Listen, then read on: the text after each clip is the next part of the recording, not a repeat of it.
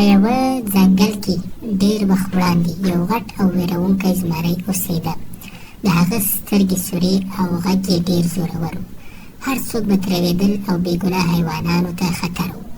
یو وخت زمری یوه هوسۍ ونیوله. هوسۍ نږدې وه چې مړه شي چې ناڅاپه یو بل حیوان راښکاره شو چې هغه یو بل زمري په شکل باندې و. هغه دومره زورور غږ وکړ چې د زمري وویرېد او هوسۍ یې خوشې کړه.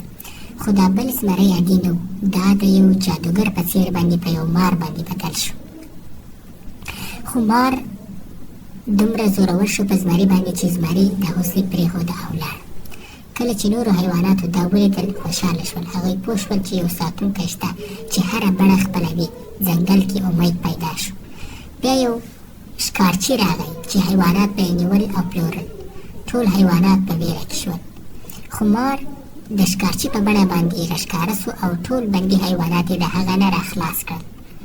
کله چې زمري دغه ولیدل نو په غوسه شو او یو بل منګوس یا مشخورما هغه یې د ځان سره ملګری کړه او د مار د وژلو پلان یې جوړ کړ.